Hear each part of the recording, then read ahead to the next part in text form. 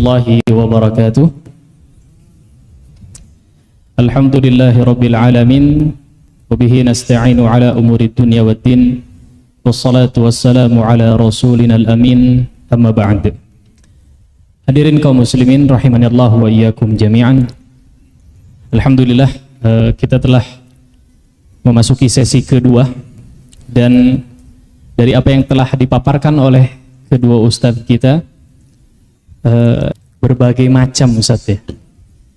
Nah, apakah seseorang itu bisa Ustaz meminimalisir fitnah yang dia hadapi Ustaz? Masya Allah. Ahibati fillah, tadi penjelasan dari Ustaz Ami hafizahullahu ta'ala berkaitan bahwasanya orang nggak bisa lepas dari fitnah ya. Baik itu fitnah syubuhat atau fitnah syahwat. Seorang menjadi jomblo itu fitnah, maka dia ingin menikah. Ketika dia menikah, selesai fitnahnya?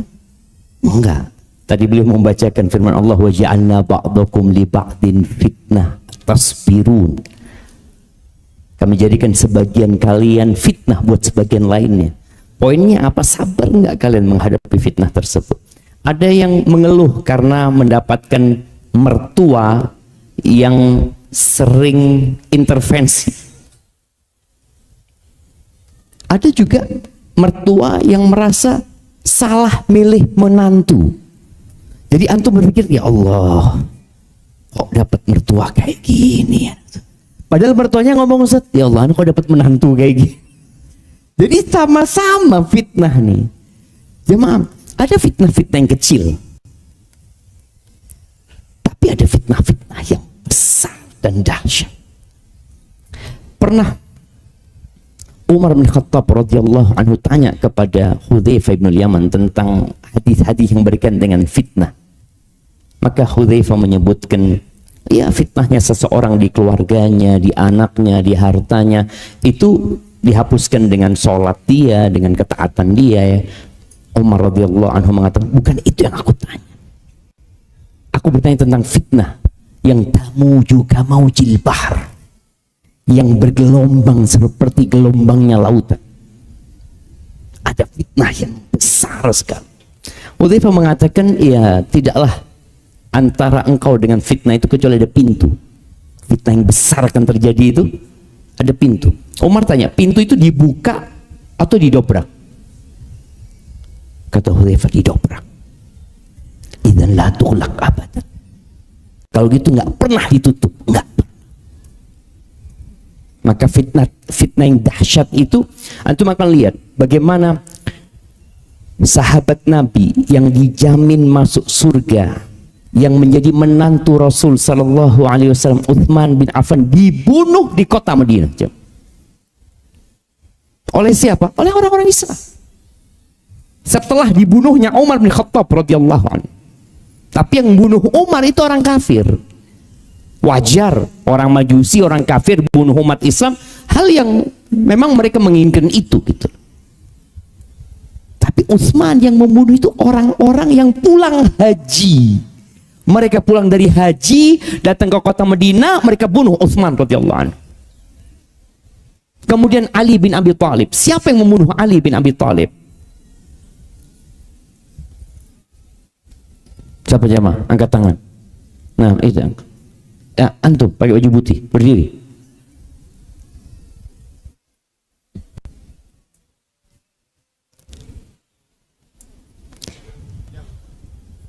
Abdurrahman bin Muljim. Nah, kasih hadiah Ustaz. Yang jawab anak kayaknya Ustaz. Kasih hadiah, Masya Allah, barakallahu fiik. Jazakallah khair, barakallahu fiik. Tuh, namanya siapa yang bunuh? Abdurrahman. Alhamdulillah. Ketika dia di kota Madinah, yang mengirim dia atau yang membuat memo buat Abdurrahman bin Muljim ke Mesir itu Umar bin Khattab radhiyallahu anhu. Qaribu baitahu minal masjid, dekatkan rumahnya dia dari masjid. Dia ini orang hafal Quran, suruh dia ngajar Quran. Itu bunuh Ali bin Abi Thalib. Dan dia membunuh Ali berharap masuk surga, jemaah. Dia orangnya, ya Allah, ketika dia selesai membunuh Ali, tidak ada penyesalan sedikit pun di diri dia.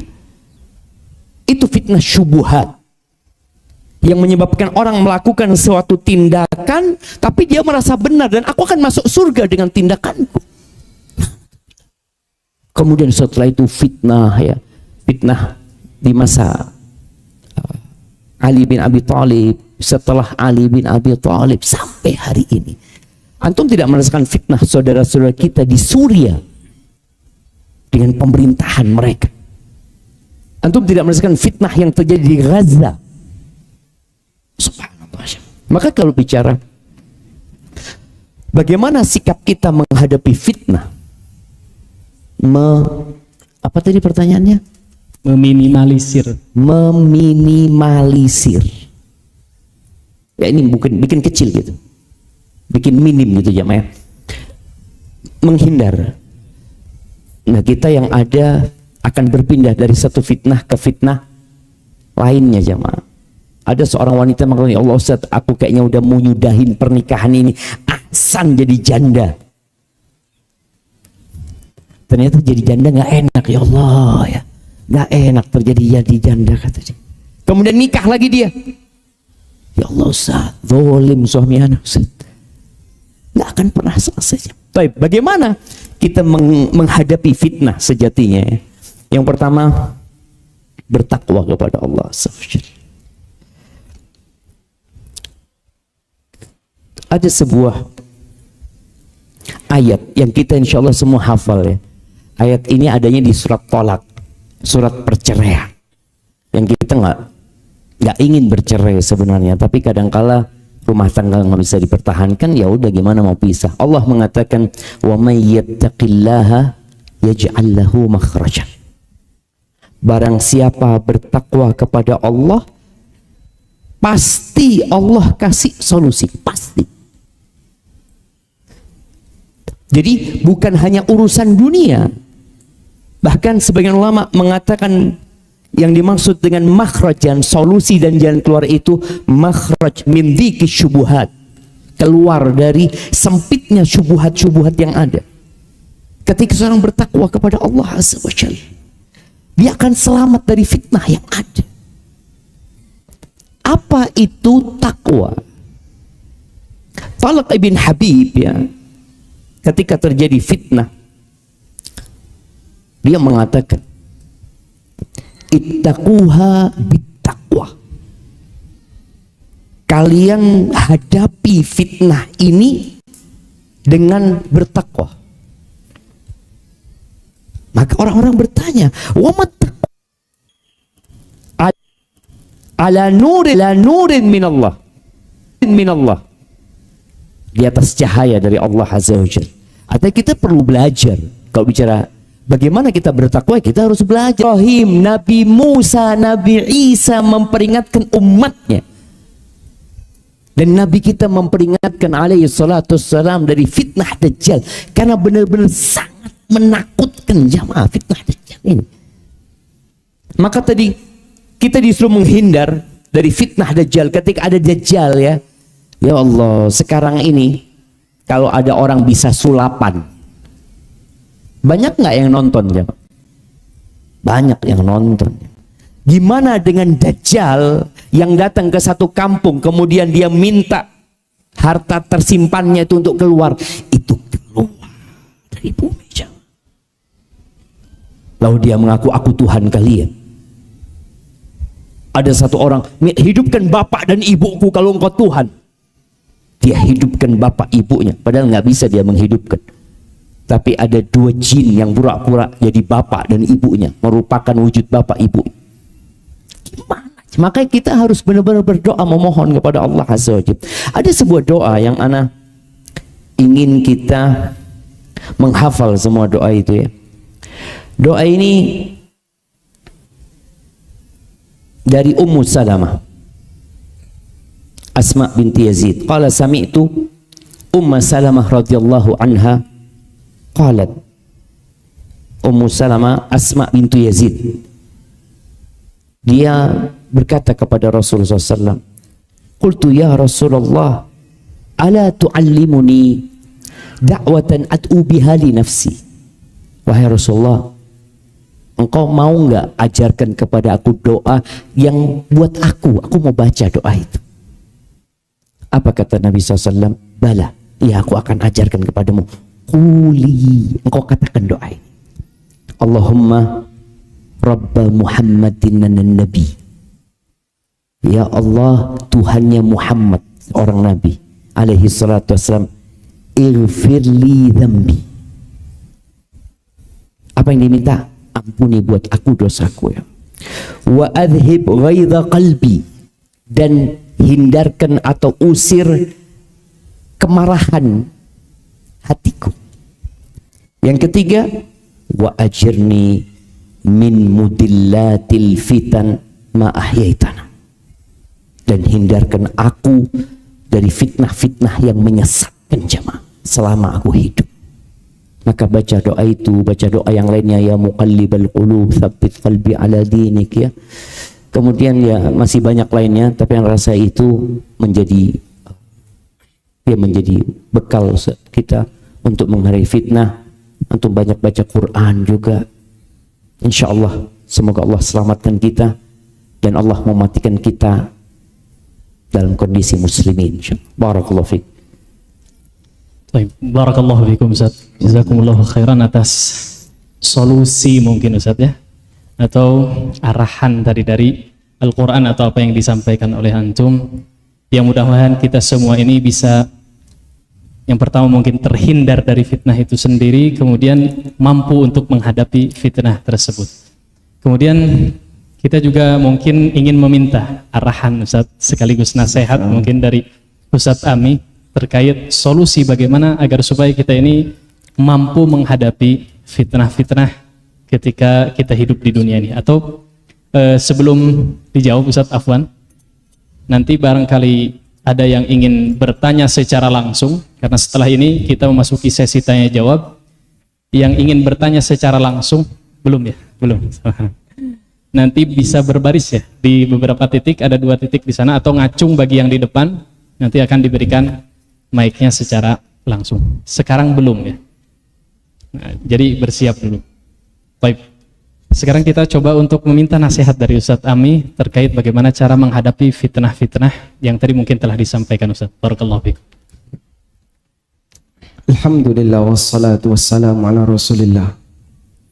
Sebenarnya nasihat yang disampaikan oleh Al-Ustadz Al-Fadhil Syafiq Riza Basalamah tadi sudah sangat mencukupi. Yang kata kuncinya adalah takwa kepada Allah. Kata takwa ini mencakup semuanya, karena sabar juga bagian dari takwa. Kemudian diiringi dengan doa dan terutama sabar. Karena yang namanya fitnah itu kan ujian. Dan yang menentukan apakah orang itu berhasil atau gagal adalah sejauh mana manusia itu bisa bersabar. Saya mau tanya, apakah Nabi Muhammad SAW diperintahkan oleh Allah untuk sabar? Iya atau tidak? Iya.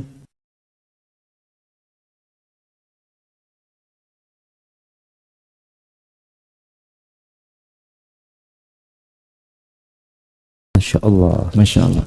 Langsung dapat hadiah Ustaz? Nah, langsung dapat. Oh, nggak mau dikasih Ustaz? Mau hadiah nggak? Oh, alhamdulillah. Ada banyak sekali ayat dalam Al-Quran yang memerintahkan Nabi SAW untuk bersabar. Meskipun beliau adalah imamus sabirin, imam bagi orang-orang yang sabar. Dan salah satu di antara perintah Allah Subhanahu wa taala yang menyuruh beliau untuk bersabar, Allah sebutkan di surat Al-Kahfi. Wasbir nafsaka ma'al ladzina yad'una rabbahum bil ghadati wal 'ashiyyi yuriduna wajah. Ajaklah dirimu untuk bersabar. Wasbir nafsaka. Ajak dirimu untuk bersabar. Sehingga bersabar itu digambarkan oleh Allah dalam ayat ini bentuknya seperti bisikan kita untuk diri kita sendiri, ajakan kita untuk diri kita sendiri. Dan itu diwujudkan dengan cara berlatih, dengan cara latihan. Wasbir nafsaka ma'al ladzina yad'una rabbahum bil ghadati wal 'ashi. Ajak dirimu untuk bersabar membersamai orang-orang yang mereka berdoa kepada Allah bil ghadati wal 'ashi, di setiap pagi dan setiap sore. Yuriduna wajhah, yang mereka mengharapkan wajah Allah. Sehingga di sini ada dua nasihat yang Allah berikan kepada nabinya sallallahu alaihi wasallam. Pertama, perintah untuk bersabar dalam arti bertahan untuk tidak meninggalkan apa yang Allah perintahkan. Lalu yang kedua, milih komunitas. Siapa komunitas yang Allah pilihkan untuk nabinya sallallahu alaihi wasallam? Ma'alladzina yad'una rabbahum bil ghadati wal 'ashi.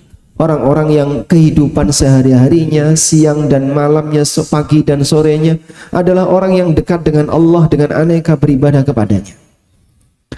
Kadang-terkadang hati hamba itu kan terpengaruh dengan komunitasnya, Ustaz ya. Subhanallah. Kalau kemudian dia kumpul sama orang-orang yang pembicaranya setiap hari hanya bisnis, pembicaranya tiap hari hanya urusan dunia, termasuk juga urusan poligami, masuk Ustaz? Masuk Ustaz. Ini banyak di sini Ustaz. Nah, jadi Iya. cuman jadikan lelucon Ustaz. Jadi bahan lelucon, guyonan. Tapi memang katanya poligami itu enak diomongkan Ustaz. Oh gitu ya. Iya, sampai malam mereka bicara. Tapi kalau diamalkan butuh sabar. Kita belum tahu ya seperti apa testimoninya, mungkin antum bisa tanya ke beliau. Karena saya kalau diajak bicara masalah gituan Ustaz, saya mengatakan belum cukup umur ya. Masya Allah. Tapi semangat Ustaz ya. Jadi suasana pembicaraan yang Anda lakukan itu akan mempengaruhi batin. Ada salah satu kawan Ustaz bilang, saya kalau kumpul sama teman-teman saya yang ini dia nyebutkan, itu hasrat saya terhadap dunia jadi bangkit.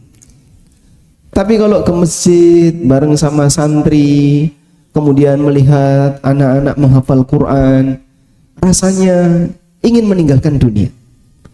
Berubah seketika. Sebagaimana dulu yang dialami oleh para sahabat juga demikian. Ketika berada di dekat Nabi SAW, seolah-olah mereka melihat apa? Surga dan neraka ada di hadapannya.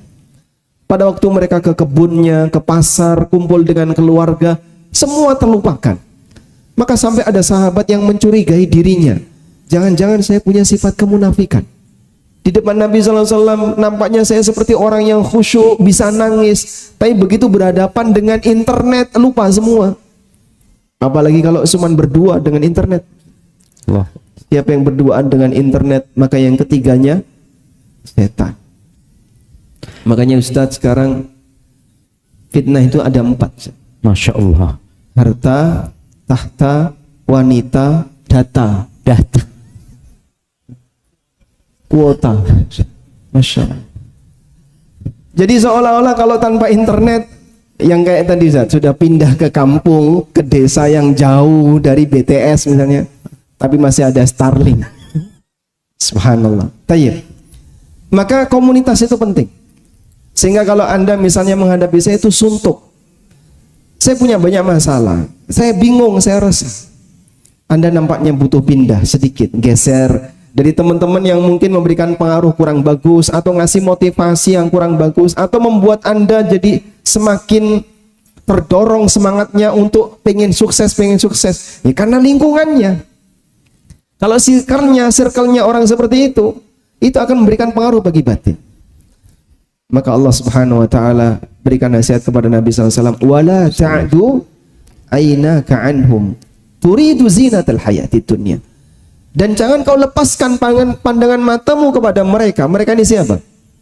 Orang-orang musyrikin yang mereka jauh lebih makmur dibandingkan orang muslim, yang kehidupannya lebih jaya dibandingkan orang muslim, sehingga menyebabkan kamu itu senang kalau duduk sama orang kaya, lalu menyepelekan orang miskin, walaupun orang miskin ini ingin beriman kepada Allah. Dan demikianlah jamaah, pengaruh batin manusia bisa berubah dengan cepat disebabkan karena lingkungannya, karena circle-nya. Maka kalau tadi dinasihatkan bertakwa, ini saya tambahkan, carilah komunitas orang yang bisa mengantarkan Anda untuk lebih dekat kepada Allah. Mungkin kita bersyukur kalau misalnya Anda punya tetangga pondok pesantren sehingga bisa lihat santri yang menghafal Quran. Barangkali dalam posisi itu dia tidak punya harapan, saya pengen bikin outlet ini, pengen buka cabang ini, bukan. Fokus dia adalah bagaimana saya bisa kejar target menghafal Quran. Kita nggak punya target seperti itu. Jadi kalau menguji target kita rata-rata adalah target dunia. Ini anak targetnya hafalan Quran. Lebih tinggi dia daripada kita. Nah, dengan cara demikian akan lebih bisa membuat hati kita jadi lebih tenang, tidak terlalu bernafsu dengan dunia. Dan Nabi SAW menyebutkan ada satu penyakit yang mungkin teman-teman sudah sering mendengar ini karena saya sering menyampaikan ini, tentang keberadaan orang yang dia terlalu bernafsu untuk mencari harta haram. Penyakit itu adalah penyakit istibta'. Apa itu istibta'? Ingin cepat sukses sebelum waktunya. Rasulullah SAW pernah bersabda, Inna ruhal kudus nafatha fi raw'i. Sesungguhnya Ruh Kudus membisikkan dalam batinku. Innahu lan tamuta nafsun hatta tastawfiya rizqaha. Sesungguhnya tidak ada satupun jiwa yang mati kecuali dia telah menyempurnakan semua jatah rizkinya. Maka jatah rizki rumusnya sama dengan ajal. Itu sudah rumus baku. Rizki tidak akan berpindah kemanapun, karena siapapun yang Allah berikan jatah hidup pasti dia punya jatah rizki. Sehingga rizki itu sama dengan ajal. Kemudian Nabi SAW mengatakan, wa in abta'a anha, meskipun bisa jadi jatah rizki itu datangnya telat. Yang dimaksud datangnya telat gimana? Dia merasa jatah rizki itu atau rizki yang diberikan oleh Allah kepada hambanya ini tidak langsung gede. Tapi Nabi SAW menekankan, fala tastabti'u anha. Jangan sampai kalian punya sifat istibta'. Merasa datangnya rizki itu terlalu terlambat sehingga dia berusaha untuk mempercepat dengan cara yang haram. Itulah penyakit istibta'. Pengen cepat sukses sebelum waktunya. Sehingga kita jumpai misalnya ada orang pingin biar cepat punya rumah, tapi kalau nunggu tabungan ini cukup untuk beli tunai, Ustaz, berat rasanya. Apalagi kalau gajinya masih di kanan kirinya UMP, ya, upah minimum provinsi atau upah minimum regional. Akhirnya gimana? Hari gini kalau nggak KPR, kapan punya? Ada orang dari kampung misalnya dari daerah, dia tinggal di kota. Dalam pikiran dia, kalau lebaran pulang nggak bawa mobil, malu sama tetangga. Jadi akhirnya dia termotivasi. Tapi kalau gini cuman ngandalin tabungan, mau dipakai untuk beli mobil cash, nggak cukup. Akhirnya nekat apa? Leasing ribawi. Jadi kenapa orang itu mengejar sesuatu yang haram? Salah satu sebabnya adalah target itu dipercepat. Tapi karena tidak ada jalur dengan cara mubah yang bisa dilakukan, dia cari jalur yang haram. Itu berangkat dari penyakit istibta'.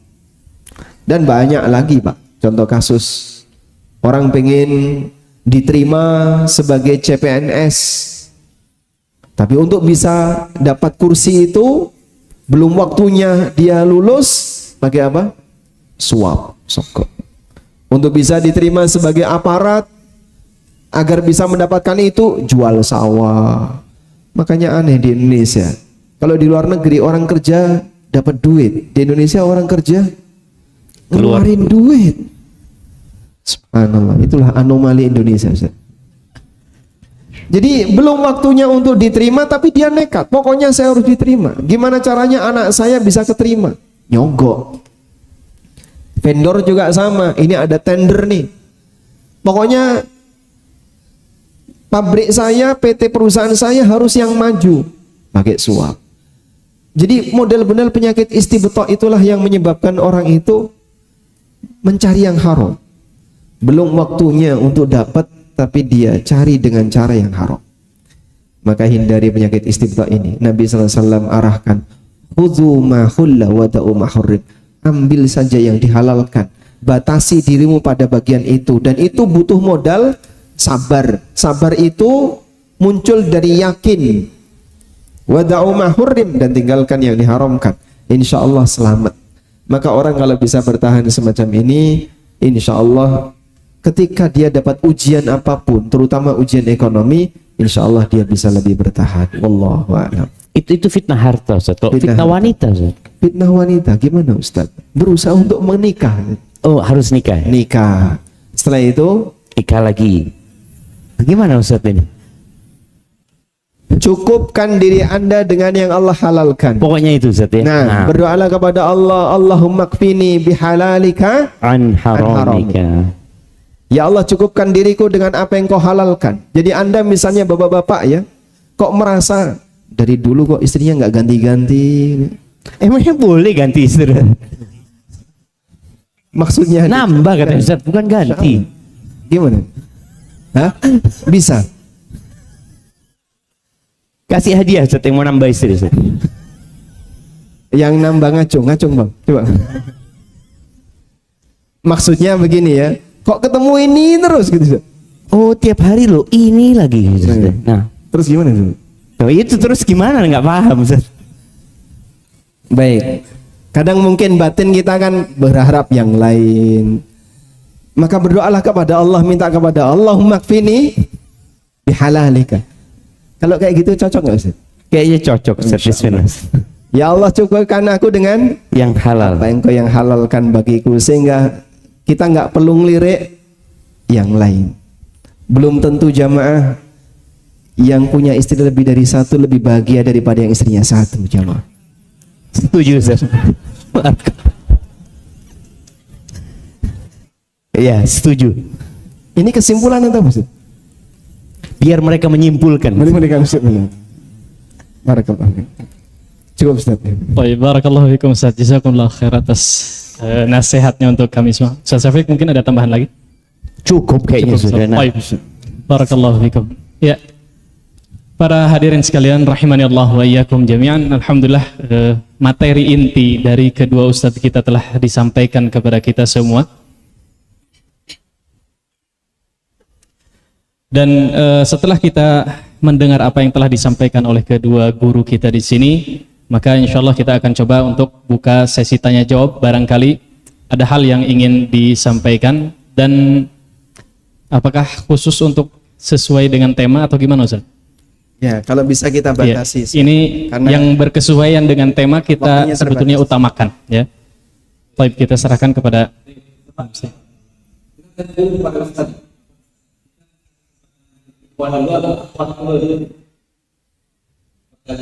Ikhwan dulu lah. Ikhwan dulu lah. Nah.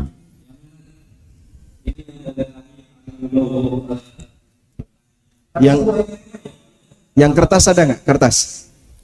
Ada. Jadi nanti kita gantian ya.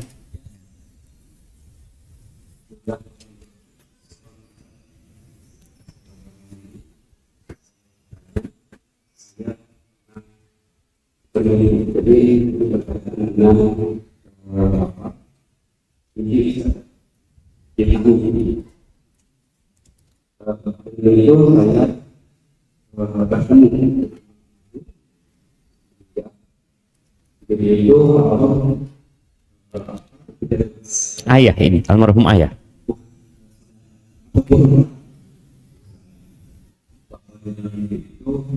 Di alam kubur itu tidur itu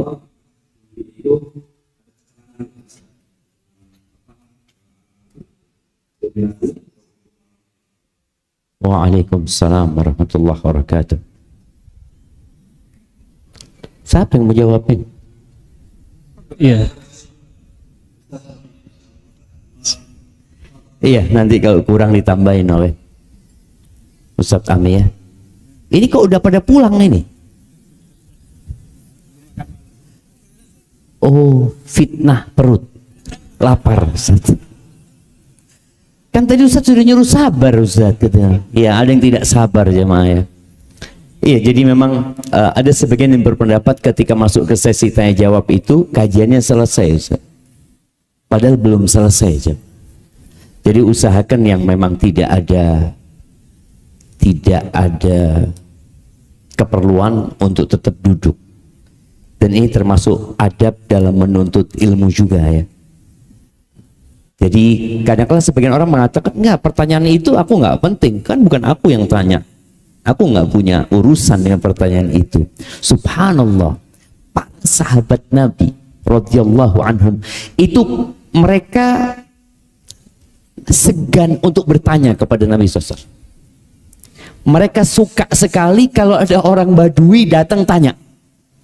Mereka tunggu-tunggu itu. Soalnya kalau mereka mau tanya sendiri segan. Nah, di pertanyaan inilah boleh jadi tadi ada ilmu-ilmu yang disampaikan oleh para ustadz yang sebenarnya kita butuh dengan ilmu itu. Tapi berkaitan dengan pertanyaan, apakah orang yang bermimpi dengan orang yang meninggal dunia itu yang dia lihat adalah orang yang meninggal dunia? Ini yang pertama. Belum tentu. Kecuali kalau antum bermimpi berjumpa Nabi sallallahu alaihi wasallam. Itu pasti Nabi. Karena beliau alaihi salatu wasallam mengatakan, man ra'ani faqad ra'ani fa inna syaitana la yatamatsalu bi. Barang siapa yang bermimpi melihatku, maka yang dia lihat adalah aku. Karena syaitan nggak bisa menyerupai Nabi alaihi salatu wasallam. Tapi melihat Nabi alaihi salatu wasallam dengan sifat-sifat yang telah disebutkan oleh para sahabatnya. Adapun bermimpi dengan orang tua kita, bermimpi sama kerabat kita, bermimpi sama ustadz kita, boleh jadi setan. Maka betul sekali ketika Bapak tadi menyatakan, apakah benar bahwasanya orang yang dikubur itu seperti tidur?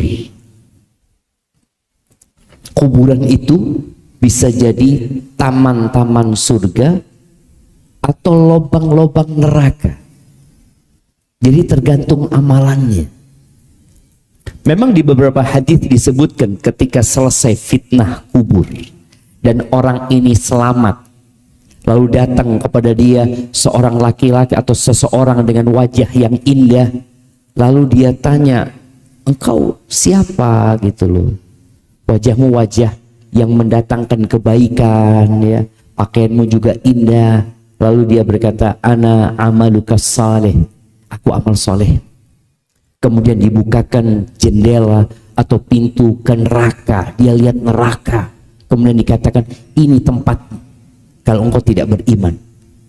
Lalu dibukakan jendela atau pintu ke surga, Allah telah gantikan tempatmu di surga. Lalu orang ini mengatakan, Allahumma aqimis sa'a, ya Allah bangkitkan kiamat sudah, karena dia ingin masuk surga. Lalu dikatakan, urkut istirahat, kau tidurlah di tempat ini gitu. Jadi memang ya tergantung amalan orang tersebut. Ada kondisi yang mendapatkan nikmat sehingga dia beristirahat di sana, ada yang mendapatkan azab di sana. Hadza wallahu a'lam bissawab. Fadhal Ustaz, kalau ada tambahan Ustaz. Nah, Tayyib. Mimpi kayaknya nggak ada hubungannya dengan tema kita atau perlu? tadi ngomong fitnah mimpi. Oh, fitnah mimpi. Iya, dia tambahin fitnah. Katanya Ustaz kan semuanya fitnah Ustaz. Kalau berbicara fitnah mimpi Ustaz, saya dapat cerita. Ada orang bermimpi Ustaz, dia muslim. Terus dia ingin mempelajari agama Islam ini lebih dalam. Hingga suatu saat dia bermimpi. Saat bermimpi dia melihat wajah seperti wajah Nabi Isa. Yang digambarkan di tempat-tempat ibadah lain itu jadi Yesus. Nah, yang menyedihkan, dia tanya sama pastor, bukan tanya sama ustaz. Saat dia tanya sama pastor, dia ditakwilkan. Kemudian dia Pindah agama, jadi Nasrani. Allahu Akbar. Mungkin saja mimpi itu bisa membuat orang jadi seperti itu. Dan kalau tadi seperti mimpi ketemu Nabi SAW. Allahumma shalli wasallim. Man ra'ani faqad ra'ani. Siapa yang bermimpi melihatku, maka betul-betul berarti dia telah melihatku, dia bermimpi melihatku. Karena setan tidak bisa menampakkan wajah dalam mimpi. Tapi mungkin orang melihat sosok tertentu lalu dia ngaku nabi. Ngaku. ngaku nabi mungkin. Jadi setan misalnya menampakkan diri dengan sosok tertentu, kemudian dia bilang aku nabi, kemudian nyuruh-nyuruh sesuatu. Sampai dia gambarkan ketika ditanya, seperti apa sosok yang kamu lihat? Rambutnya putih semua, jenggotnya putih semuanya, bawa tas Hello Kitty. Kalau kayak gini ngaku nabi kan mustahil. Nabi SAW apakah rambutnya putih semua? Enggak. Tidak. Beliau memang punya uban tapi hanya beberapa helai saja yang bisa dihitung. Jenggot beliau juga bisa dihitung. Nah, banyak orang yang terfitnah di sini jamaah. Makanya kalau ada orang yang mengklaim saya mimpi ketemu Nabi SAW, dulu para ulama tabi'in minta tolong ceritakan sosok yang kamu lihat itu kayak apa, karena mereka tahu seperti apa sosok Rasulullah SAW. Allahumma shalli wasallam. Mungkin Bapak bisa, kalau pengen lihat kayak gimana sih sifat fisik Rasulullah SAW, Anda bisa baca buku apa Pak? Syama'il Muhammadiyah. Yang paling gampang kita jumpai Syama'il Muhammadiyah karya Tirmidzi. Diceritakan wajah Nabi SAW kayak gimana, berapa jumlah uban beliau. Maka kalau yang dilihat jenggotnya putih semuanya, pakai jubah putih, rambutnya gondrong putih semuanya, ya jelas itu bukan Rasulullah SAW. Nah, biasanya terfitnahnya di sini. Lalu dia mengklaim saya Nabi SAW. Akhirnya dia cerita kemana-mana mimpi ketemu Rasulullah SAW. Padahal yang dia lihat bukan Nabi. Subhanallah. Dan ada yang mengatakan tiap hari ketemu Nabi SAW. Masya Allah. Bermimpi. Itu fitnah lagi itu. Termasuk. Barakallahu fikum. Bahkan ada yang ngaku dalam kondisi yaqadhah. Iya. Melihat Nabi SAW di alam nyata, Alam nyata. bukan di mimpi. Itu mustahil ya. Mustahil. Ini ada yang tertulis dulu ini. Katanya sudah gantian. Iya. Baik, ada pertanyaan Ustaz. Sebetulnya ada kisah pendek di sini. Mungkin Anda ringkaskan saja langsung ke pertanyaannya. Jadi soalnya atau pertanyaannya ditujukan kepada Ustaz Syafiq lagi. Ceritanya agak panjang di sini, tapi kesimpulannya adalah beliau ini dengan istrinya sudah menjalani hubungan rumah tangganya selama kurang lebih 7 tahun, namun belum dikaruniai anak Ustaz. Kemudian mungkin ini bagian dari fitnahnya, terdengarlah kalimat-kalimat yang tidak mengenakkan bagi mereka dari tetangganya, dari kenalan-kenalannya, bahkan dari keluarganya. Ini mungkin bagian dari fitnah, dan beliau meminta nasihat serta arahan mungkin yang bisa disampaikan dari antum. Barakallahu fikum. Masya Allah. Iya. Anak itu fitnah ya. Tadi Ustaz Ami membacakan firman Allah, innama amwalukum wa auladukum fitnah wallahu indahu ajrun azim. Sesungguhnya harta kalian, anak-anak kalian itu fitnah gitu. Tapi di sisi lain ternyata fitnah ini mengenakkan. Fitnah harta dan anak itu menyenangkan. Allah mengatakan al-malu wal banun zinatul hayatid dunya. Harta dan anak-anak laki-laki itu adalah perhiasan kehidupan dunia. Oleh karena itu kadang-kala orang yang nggak punya anak itu selalu ditanya, kapan, berapa anaknya gitu ya. Yang jomblo ditanya, belum nikah. Antum pernah baca berita seorang tetangga yang dibacok sama tetangganya gara-gara selalu tanya kapan nikah. Loh, belum nikah antum? Maka jemaah, nasihat ana, kalau ada orang yang terlambat menikah, jangan ditanya kapan menikah. Di antara amalan yang paling dicintai Allah itu adalah sururun tudkhiluhu ila muslim. Surur, kegembiraan yang engkau transfer ke hati seorang muslim.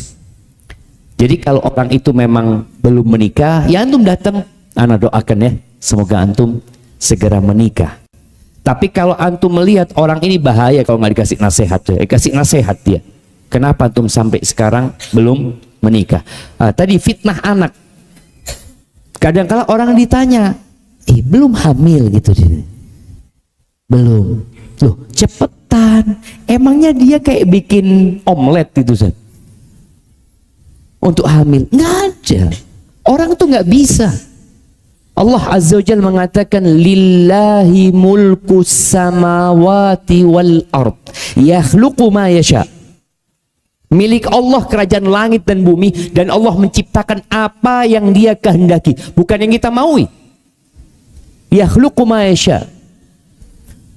Yahabu liman yasha'u inathan wa yahabu liman yasha'u dhukur aw yuzawwijuhum dhukranan wa inatha wa yaj'alu man yasha'u aqima innahu alimun qadir. Allah itu memberikan karunia kepada sebagian orang, anaknya semua perempuan. Semuanya perempuan. Sebagiannya semuanya laki. Yang laki tanya kepada yang anaknya perempuan, gimana antum kok bisa perempuan semua anakmu? Kata yang anaknya semua perempuan, anak kepingin laki nggak jadi-jadi. Udah ke dokter, udah katanya dokter model gini, model ini, apa sudah di dokter. Tapi keluarnya perempuan. Yang ini laki-laki. Dan sebagian Allah kasih laki perempuan. Tapi sebagian wa yaj'alu man yasha'u aqima. Allah jadikan sebagian itu mandul. Sesungguhnya Allah itu alimun qadir. Allah itu maha mengetahui dan Allah maha kuasa gitu loh. Di sini seorang yang tadi nggak punya anak sampai umur sampai 7 tahun mungkin, atau yang sampai 10 tahun, ada yang sampai 20 tahun, hendak dia kepingin anaknya dia masukkan lagi. Karena dia merasa anaknya nggak berbakti, durhaka, ini itu. Dan Allah mengatakan, ya ayyuhalladzina amanu inna min azwajikum wa auladikum aduwwan lakum fahdharuhum.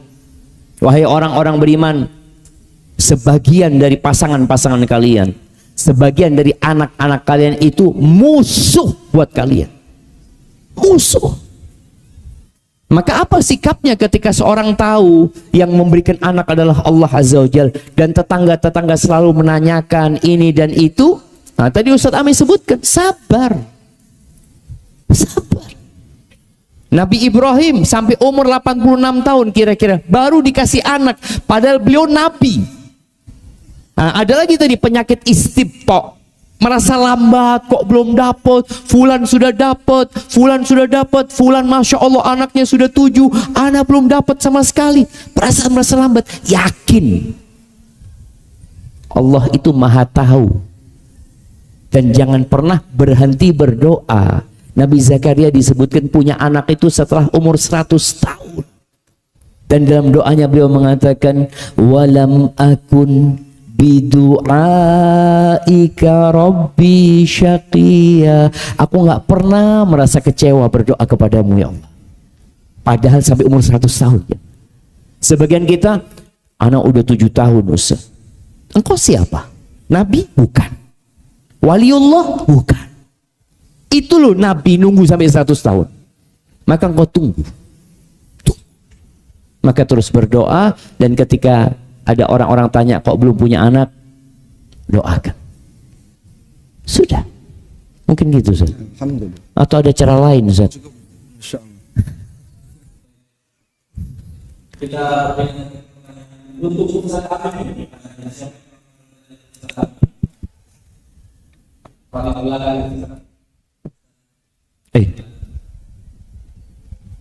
Masya Allah. Alhamdulillah, syukron. Bismillah, assalamualaikum warahmatullahi wabarakatuh. Waalaikumsalam warahmatullahi wabarakatuh. Semoga Allah Ta'ala selalu jaga Ustaz Ami, Ustaz Syafiq, Ustaz Haidar, dan kita semua yang hadir di kajian ini baik online maupun offline.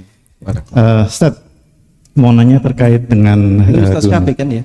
Ustaz Ami. dua-duanya. Oh, dua-duanya. Enggak, Ustaz Ami. Kalau dua-duanya nggak jadi, kasih ke yang lainnya tuh. Ustaz Ami. Ustaz Ami, ya jelas Ustaz Ami. Terkait dengan muamalah begitu Ustaz, jadi zen kan ini mungkin masuknya ke fitnah moral Ustaz. Fitnah Jadi moral. Ana seorang sales, jadi setiap pekan itu kami ada meeting. Manakala bagus disanjung-sanjung Ustaz oleh pimpinan dan yang lain, manakala jelek itu mesti dikeramasin lah istilah kami gitu Ustaz. Nah ini ada satu hal yang secara zohir pimpinan kami itu ya Masya Allah di masalah agama ya, tetapi pada saat aplikasinya itu tidak menerapkan apa yang beliau sampaikan. Jadi menasehati kami itu dicaci maki itu di depan umum Ustaz. Jadi kami yang tadinya semangat itu malah down gitu Ustaz. Dan target kami di Bandung ini naik 10 kali lipat dan itu nggak masuk akal. Kami tanya kenapa, sudah pokoknya target kamu sekian.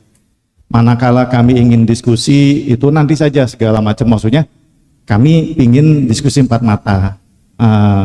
Mengapa Bapak melakukan demikian? Karena ada sebagian dari teman-teman kami itu menyuruh saya untuk jadi perwakilan teman-teman sales untuk ya jangan begitulah caranya karena harus empat mata atau bagaimana seperti itu. Terus yang kedua ada afirmasi, masih nyambung afirmasi yang aku bisa. Oh ya, syukron. Assalamualaikum warahmatullahi wabarakatuh. Waalaikumsalam warahmatullahi wabarakatuh. Ini sebenarnya bukan lebih dekat ke muamalah, Ustaz. Masalah adab. Adab muamalat, Ustaz. Masya Allah. Adab ketika berinteraksi dengan Masya Allah. Nah. Baik, memang terkadang seperti yang kita sampaikan tadi ya, bahwa siapapun di sekitar kita adalah sumber fitnah bagi kita. Atasan sumber fitnah bagi bawahan, sebagaimana pula bawahan bisa menjadi sumber fitnah bagi atasan. Dan yang namanya sumber fitnah itu yang ada yang besar, ada yang kecil, tergantung masing-masing kondisi masyarakat. Kita berbicara tentang apa sikap kita, bukan bagaimana kita mengubah dia. Kalau mengubah dia mungkin ya butuh mukaddimah yang lebih panjang. Tapi bagaimana cara kita bersikap kepada dia? Pada prinsipnya begini Bapak, pada saat kita bekerja kepada orang lain atau menjadi bawahan orang lain, intinya adalah kita menunaikan kewajiban. Apa yang menjadi tugas kita, kewajiban kita, saat sudah kita tunaikan, maka pendapatan yang kita dapatkan, gaji yang kita dapatkan, statusnya halal. Dan Anda tidak akan dituntut di akhirat lebih dari itu jika yang sesuai dengan kesepakatan dalam MOU ketika Bapak sebagai karyawan adalah sudah Bapak kerjakan. Sehingga kalau Bapak dalam posisi ini sebagai karyawan sudah melakukan sesuai SOP yang berlaku, sesuai dengan panduan yang ada dan tidak melanggar dari MOU, maka berarti tugas kita sudah selesai. Masalah nanti saya dituntut untuk lebih atau disalahkan padahal saya tidak salah, itu jadi beban dia, jadi beban dosa bagi dia. Ini kalau kita bicara dari kacamata bagaimana sikap seorang muslim ketika menyikapi yang lain. Karena terkadang ada orang yang mendolimi kita, namun di saat yang sama kita tidak bisa balas. Saya mau balas pakai apa Pak? Dia atasan saya. Ya sudah, Anda hanya punya satu pilihan, sabar. Dan dalam posisi sabar ini, kalau Bapak masih mau bertahan dengan kemudian tidak memberi balasan apapun kepada yang bersangkutan, minta kepada Allah Subhanahu wa taala. Nah, kalau kita sudah dalam kondisi ini, berarti kita tidak menjadi orang yang mutaffif, yang dikatakan oleh Allah wailun lil mutaffifin, karena kita sudah menunaikan hak. Sehingga yang penting adalah saya ingin jaga agar jangan sampai kerja saya ini jadi sumber musibah ketika di akhirat. Saya gesekan yang membuat kita jadi berantem sama yang bersangkutan, dia dolim, kita balas mendolimi dia, akhirnya kita juga mendolimi yang bersangkutan. Maka dipicu dari satu dosa, muncul dosa yang kedua. Terkadang kan tidak semua antitesis itu mengimbangi sintesa ya. Jadi ada tesis, ada antitesis. Makanya kalau ada orang berbuat dolim sama kita, balas boleh, tapi harus timpal. Namun kalau kita balas melebihi dari itu, statusnya jadi berbuat dosa. Anda lihat di sini ya. Ada kelompok Syiah yang mereka terlalu mengkultuskan Ahlul Bait. Antitesisnya kelompok Syiah muncul Nasibah, orang-orang yang benci dengan Ahlul Bait. Demikian pula ada Murji'ah, ada Qadariyah, kemudian muncul Jabariyah. Ada Murji'ah, lalu ada Khawarij, dan seterusnya. Itu karena dia ekstrim. Maka kalau kita ingin bersikap adil saat kita didolimi, saya nggak bisa memberikan balasan, ya sudah bertahan. Sabar, insya Allah jadi tabungan pahala bagi Bapak. Insya Allah cukup kayak gini, alhamdulillah. Ustaz Syafiq ada yang mau ditambahkan? Iya, tetap tetap sabar, tapi ada tindakan yang perlu dilakukan.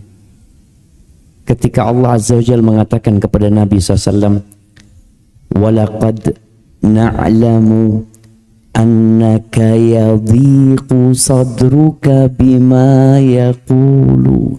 Kata Allah, kami tahu. Tadi kan bicara sakit hati, diomongin depan umum, dicaci ya. Jadi kata Allah, kami tahu hatimu itu menjadi sempit, dadamu menjadi sesak gara-gara omongan-omongan orang itu.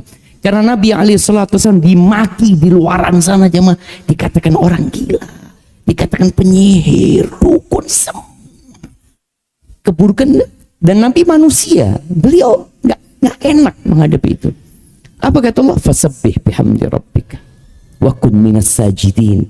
Banyaklah bertasbih engkau, perbanyak sholat, jadilah orang-orang yang sering sujud gitu. Wa'bud rabbaka hatta ya'tiyakal yaqin.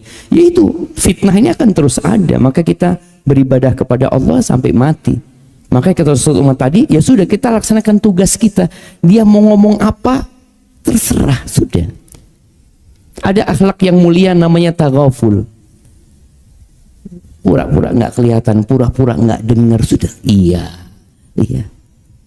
Gimana? Masya Allah. Barakallahu. Nah, Baik, barakallahu fikum Ustaz atas jawabannya. Kemudian beralih ke pertanyaan berikutnya dari ibu-ibu Ustaz. Kebetulan ke Ustaz Syafiq lagi.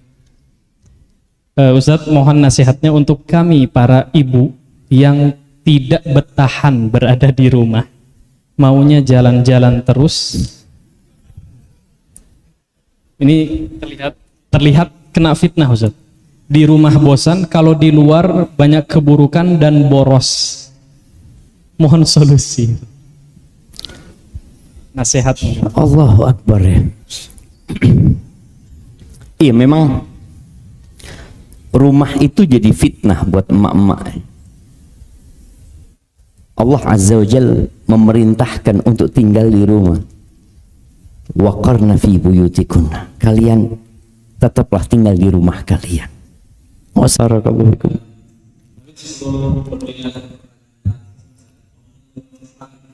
Dijawab cepat.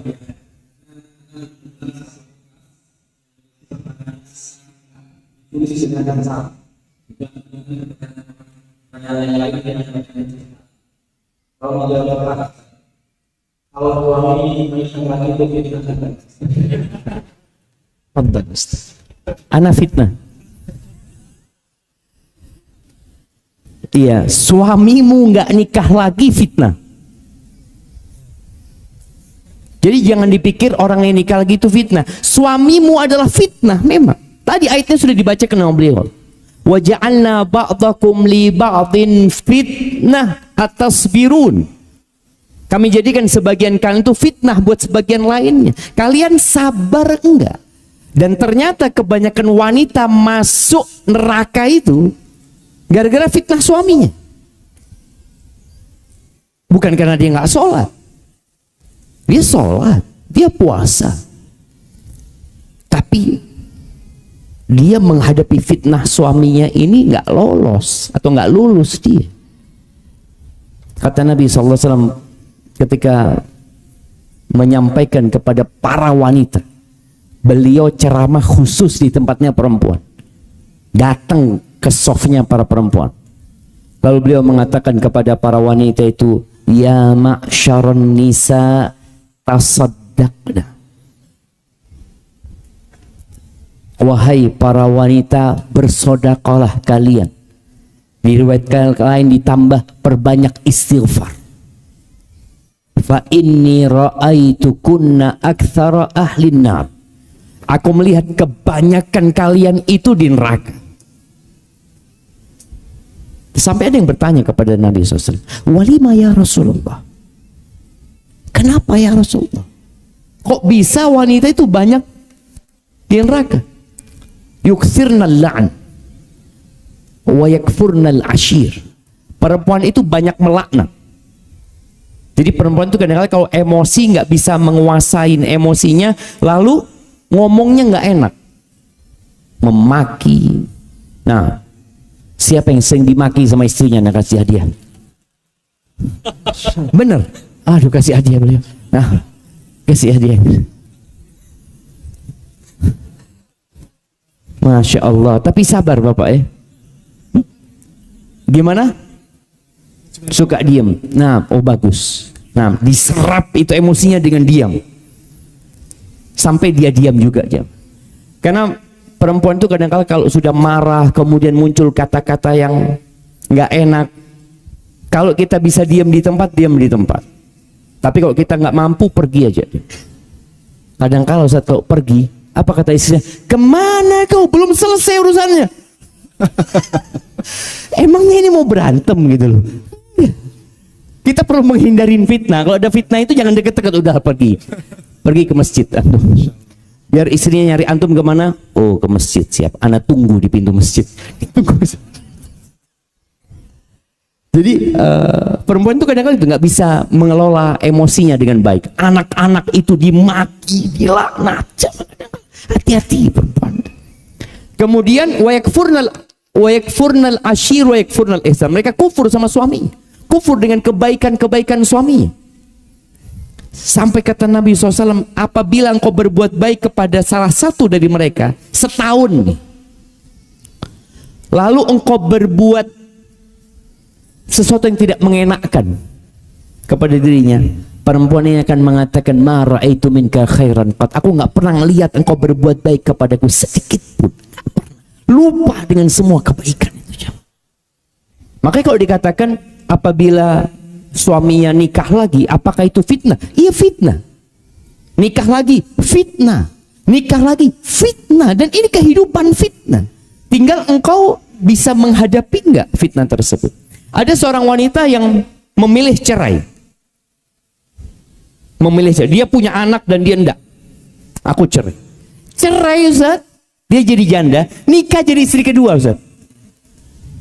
Nikah jadi istri kedua. Subhanallah. Kemudian dia ngerawat, ada yang nikah sama duda. Akhirnya ngerawat anaknya orang lagi. Anaknya sendiri ditinggal. Dia ngerawat anaknya orang.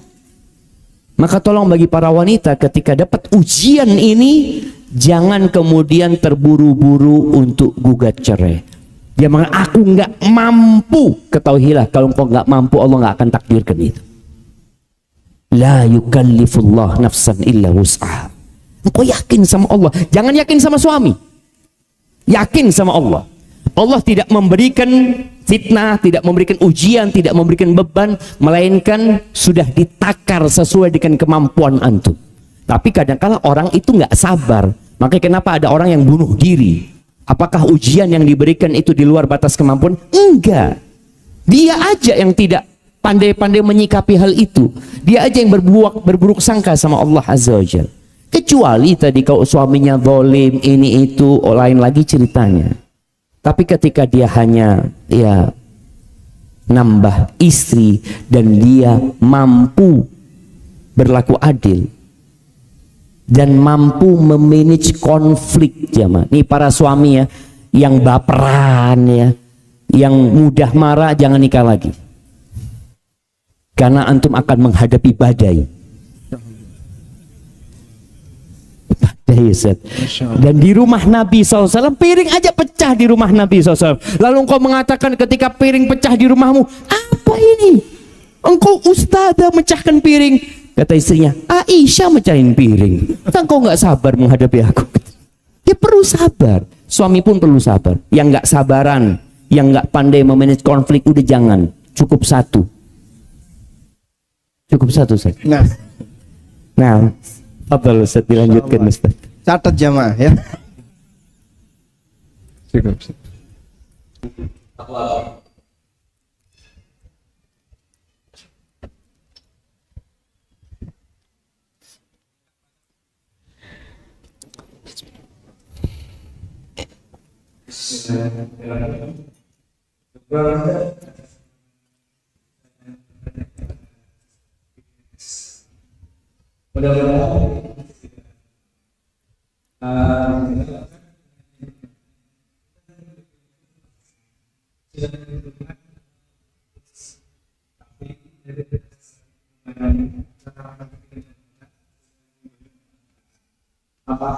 laki-laki kelapa satu yang menginjil dari tersebut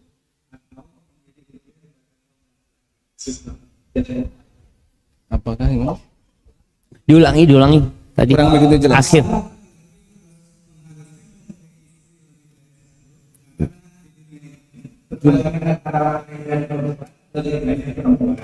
atau wanita itu menjadi ujian kepada laki wanita tersebut. Jadi apa? Fadhal Ustaz. Fadhal, Ustaz. Ana udah capek jawab yang tadi Ustaz. Sudah saya sampaikan disclaimer di depan Ustaz. Nah, Yang tema seperti ini saya belum cukup umur. nah, ini urusan fitnah doang Ustaz. Nah, fadhal Ustaz. Kalau saya ngasih jawaban nanti terlalu pendek, Ustaz lengkapi ya. Siap. Nah. Tayyib. Jadi Allah Subhanahu wa taala tetapkan kita semua ini dalam Lauhul Mahfuz seperti apa perjalanan hidup kita, siapa pasangan kita, siapa yang nanti akan menjadi suami atau istri kita. Ada orang yang bertanya, "Ustadz, kalau cerai itu berarti kan bukan jodohnya. Kenapa dia bisa nikah?" Ya dia jodohnya sampai cerai. Jadi kalau misalnya dia nikah selama 5 tahun ya berarti dia jadi jodohnya, jadi pasangan hidupnya selama 5 tahun. Setelah itu Allah gantikan dengan yang lain. Mungkin ketika dia bercerai nikah lagi. Dan intinya semua itu akan menjadi ujian bagi dia. Baik jumlah wanita yang lebih banyak maupun jumlah perempuan yang jumlah laki-laki yang lebih banyak. Sensus terakhir Indonesia kapan?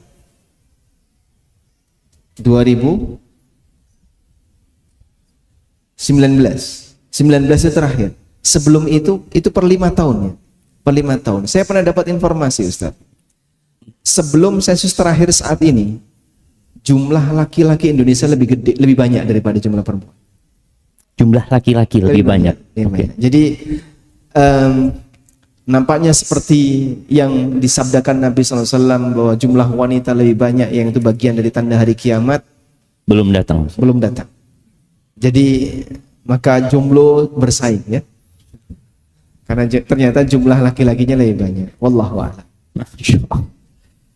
Nah, ya seperti yang Ustaz sampaikan tadi. Jadi ada orang yang nggak punya jodoh sampai mati nggak nikah. Jadi nggak harus dia itu, kalau memang tidak ditakdirkan dia punya jodoh, ya nggak ada jodohnya. Apalagi sekarang dengan adanya na'udzubillah Ustaz, LGBT Ustaz ya. Yang laki-laki nggak mau nikah, yang perempuan nggak mau punya anak. Na'udzubillah. Tapi yang jelas semua sudah ditakdirkan. Jadi nggak harus laki-laki menikah lebih dari saya, itu nggak harus. Jangan antum berpandangan nanti ngomong sama istrinya, ini sudah kewajiban saya ini menyelamatkan janda-janda. Allahu Akbar. Iya, jangan jadi pahlawan antum. Jadi belum wajib dan tidak ada kewajiban. Belum wajib dan nikah lebih dari satu juga bukan kewajiban. Boleh jadi suatu saat jadi wajib buat antum secara pribadi, mungkin seperti. Tapi Allah membolehkan seorang menikah lebih dari 1, 2, 3, 4 dengan syarat mampu berlaku adil. Kalau tidak, jangan.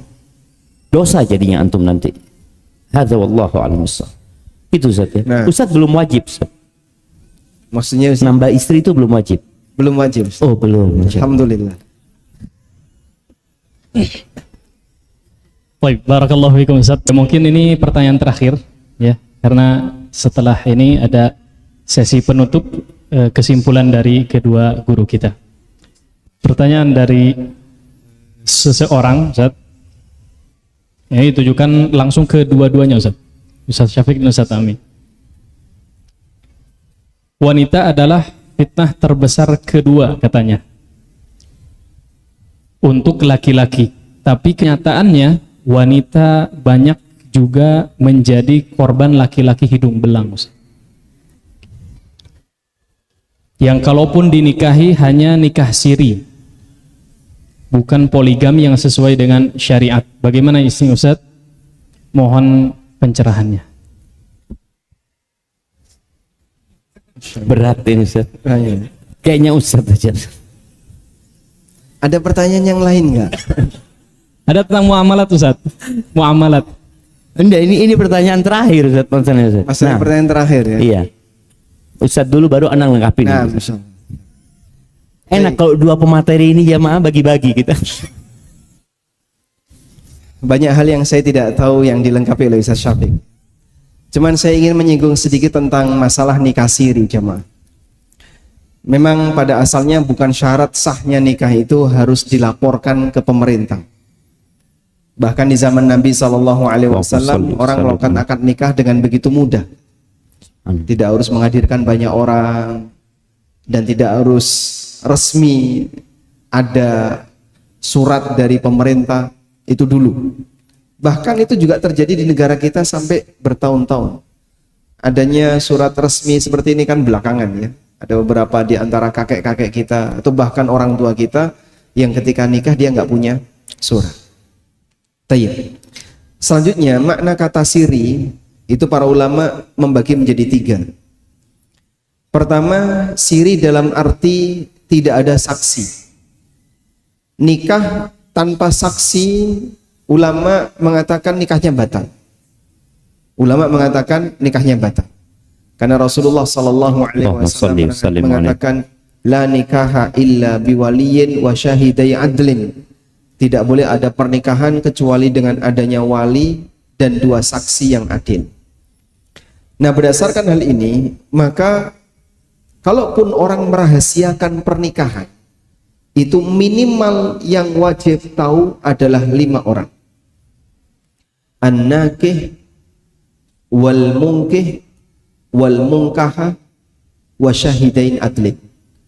Orang yang menikah si lelaki, orang yang menikahkan berarti dia wali bagi pihak wanita tadi, kemudian wanita yang dinikahi dan 2 saksi.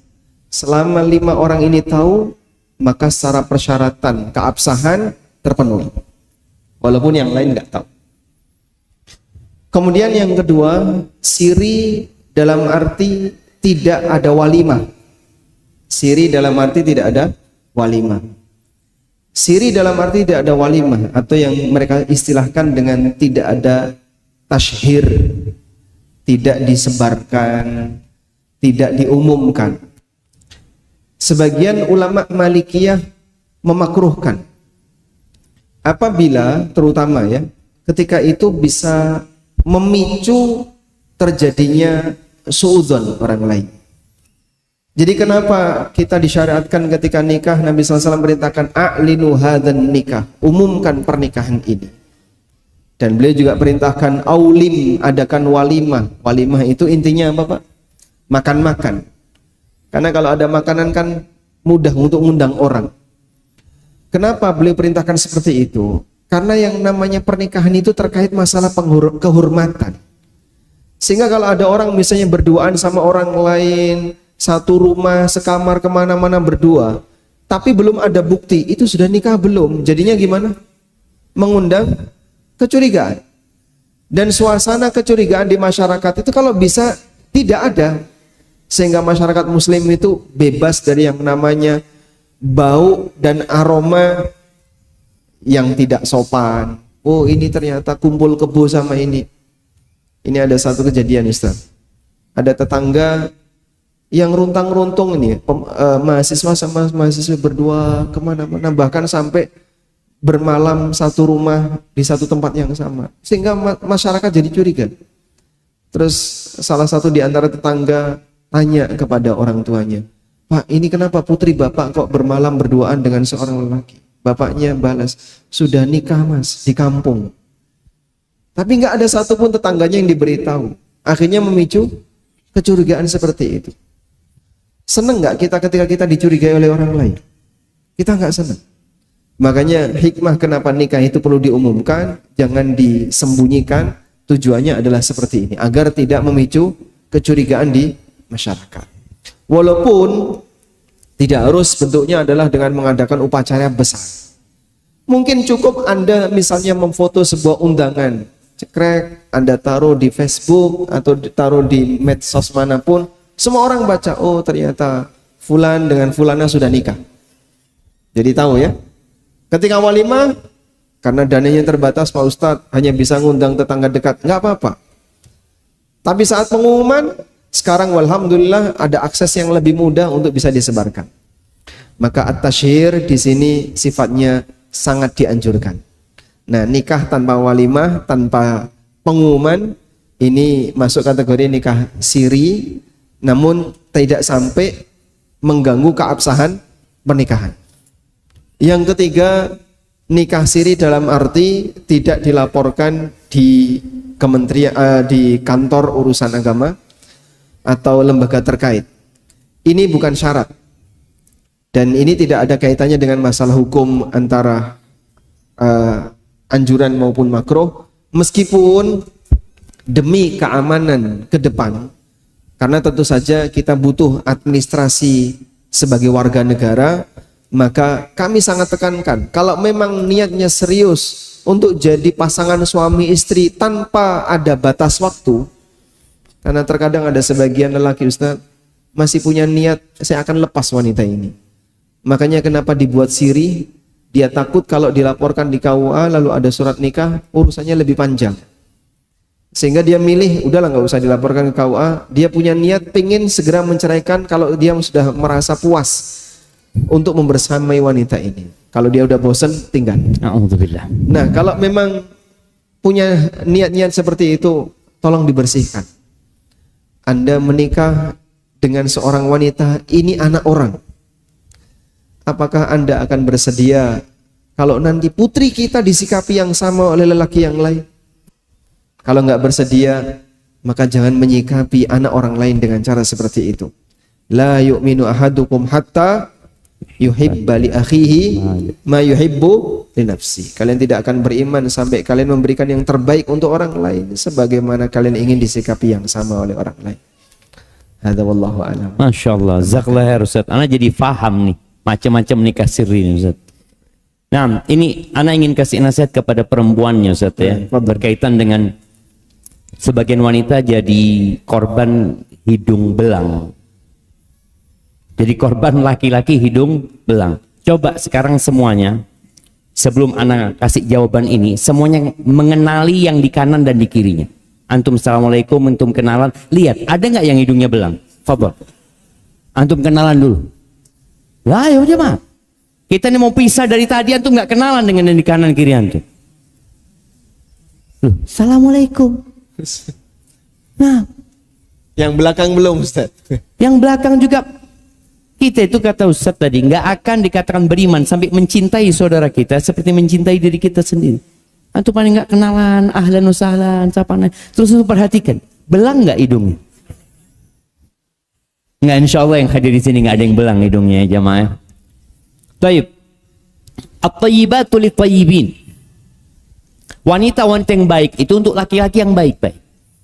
Maka tadi kalau ada seorang wanita jadi korban laki-laki hidung belang, engkau itu kok bisa mau sama dia? Boleh jadi masalahnya di dirimu. Karena wanita itu tidak akan bisa menikahimu kecuali ada wali dari keluargamu. Kalau tadi dikatakan syarat sahnya itu paling nggak ada 5 yang hadir.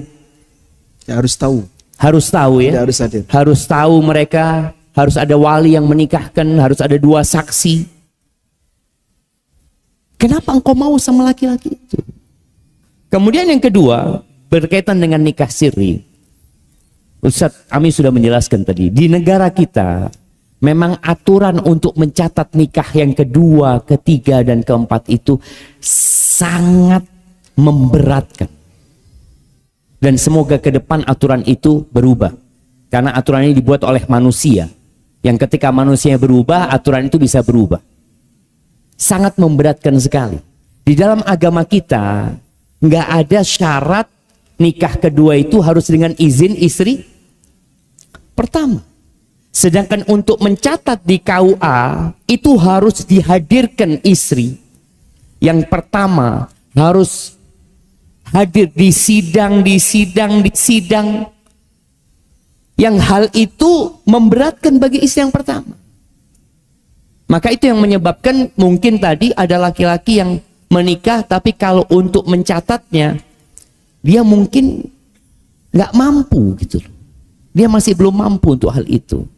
Intinya bagi wanita apabila datang seorang laki-laki melamar untuk dijadikan istri kedua, pernikahannya siri, pastikan laki-laki itu orang yang benar-benar niat bukan untuk menceraikan. Kata Ustaz Am, memang dia ingat menikah. Maka tanyakan kepada dia, kenapa engkau mau menikah yang kedua? Kemudian jangan melihat kepada harta. Lihatlah kepada dua hal, agama dan akhlak. Karena kadang-kala perempuan ini yang ngelihat, nggak apa-apa lah anak jadi istri kedua gitu ya. Yang penting anak dapat nafkah. Lu pastikan dia orang baik. Kalau enggak tadi boleh jadi ada orang yang memang niat untuk menceraikan. Nanti ganti lagi. Lalu engkau mengatakan saya jadi korban. Loh, boleh jadi engkau yang tidak memastikan kebaikan laki-laki tersebut. Maka jangan lupa untuk istikharah dan musyawarah ketika mau menikah ya. Dan nggak mudah untuk menikah lebih dari satu bagi laki-laki dan bagi wanita.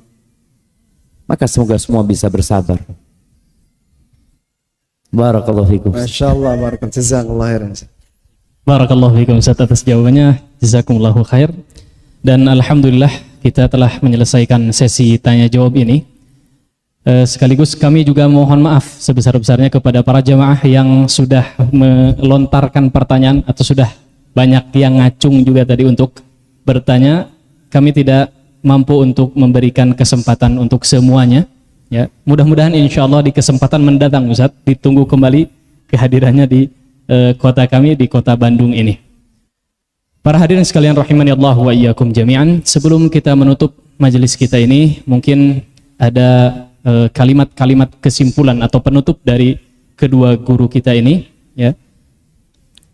Yang pertama mungkin dipersilahkan kepada Ustadz Ami. Barakallahu fikum. Masya Allah. Baik. Di sini saya merasa saya bisa dapat banyak pelajaran dari Ustadz Syafiq dan dari teman-teman sekalian dibandingkan saya memberi pelajaran. Dan forum ini sebenarnya hanya sebatas pemicu bagi kita untuk belajar lebih lanjut.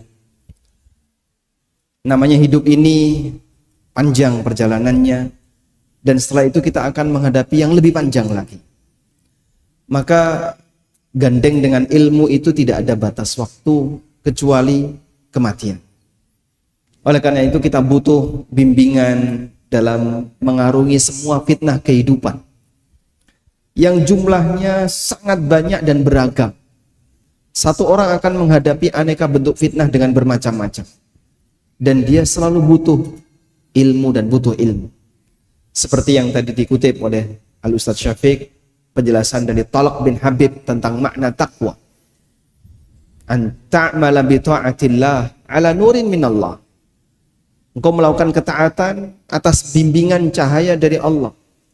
Tarju sawaballah, dengan adanya harapan untuk mendapatkan pahala dari Allah. Jadi ada motivasi untuk berbuat taat dengan bimbingan nur minallah, ilmu, dan ada harapan, yaitu untuk mendapatkan pahala dari Allah. Dan engkau menjauhi maksiat kepada Allah ala nuri minallah, atas bimbingan cahaya dari Allah. Sehingga dalam melakukan ketaatan dan meninggalkan maksiat, itulah cara untuk bisa terbebas dari fitnah, selalu butuh bimbingan ilmu. Hari ini mungkin ramai datang kajian.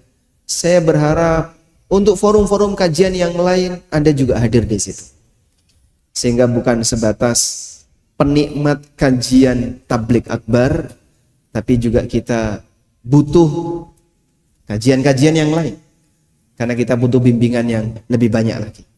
Kalau hanya sebatas mengandalkan tabligh akbar, Ustaz Syafiq belum tentu bisa 2 tahun sekali ke Bandung. Atau berapa? Wallahu a'lam. Sehingga mungkin hanya sangat terbatas. Tapi kalau Anda bisa ikut hadir terus dalam forum-forum yang lain, semoga kita terus mendapatkan bimbingan dari Allah Subhanahu wa taala melalui ilmu yang kita pelajari. Wallahu a'lam. Masya Allah. Barakallahu fiik ya. Ana rasa cukup yang disampaikan Ustaz Amit sebagai penutup ya. An ta'mala. Beramal ya. Ilmu kita belajar, datang ke kajian, ana terus terang juga dapat manfaat, faedah dari kehadiran ana di tempat ini bersama beliau. Soalnya kalau ana ngisi sendirian, ana nggak dapat ilmu. Tapi ketika ana dibersamai beliau, ana dapat ilmu. Dan para ustadz pun juga perlu belajar gitu ya. Cuma ilmu itu nggak sebatas pengetahuan, wawasan. Antakmal, diamalkan.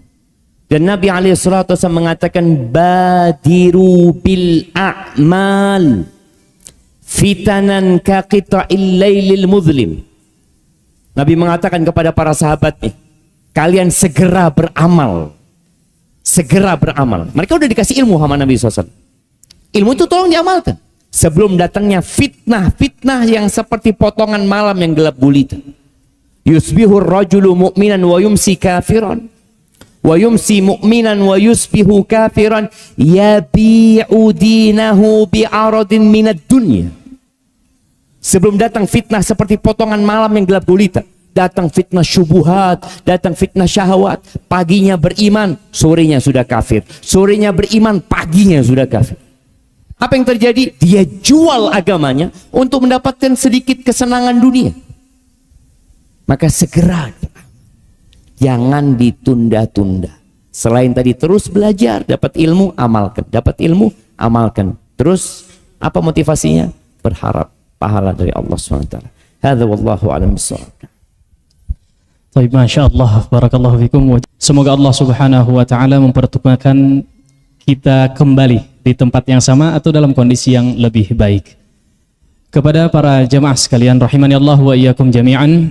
Alhamdulillah, agenda kita, kajian kita telah berakhir. Ya, kita sekali lagi mengucapkan jazakumullahu khairan kepada para ikhwah yang telah hadir di kesempatan malam hari ini di kajian kita. Semoga apa yang telah disampaikan oleh Al-Ustadz benar-benar bermanfaat bagi kita semua. Dan yang paling penting, seperti pesan Ustadz Syafiq yang terakhir tadi, adalah diamalkan dalam kehidupan kita sehari-hari.